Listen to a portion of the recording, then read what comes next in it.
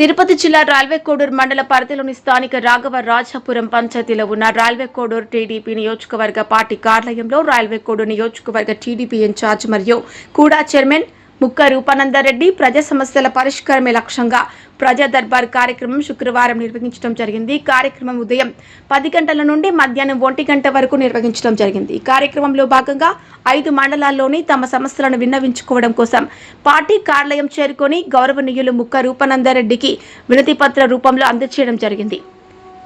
ఇందులో ముఖ్యంగా రెవెన్యూ మరియు విద్యుత్ శాఖకు సంబంధించి సమస్యలు ఉత్పన్నం కాగా వాటిని చరవాణి ద్వారా సంబంధిత అధికారులతో మాట్లాడి బాధితుల సమస్యలను సాధ్యమైన మేర వారి సమస్యలకు పరిష్కారం చూపాలని అధికారులు ముక్క రూపానందరెడ్డి చెప్పడం జరిగింది. ప్రజా సమస్యలపై స్పందిస్తూ ప్రజా సంక్షేమమే అభివృద్ధి కొరకు పాటుపడుతున్న ప్రజా నాయకుడి యొక్క దృక్పథాన్ని చూసి అర్జీదారులు కృతజ్ఞతలు తెలిపారు.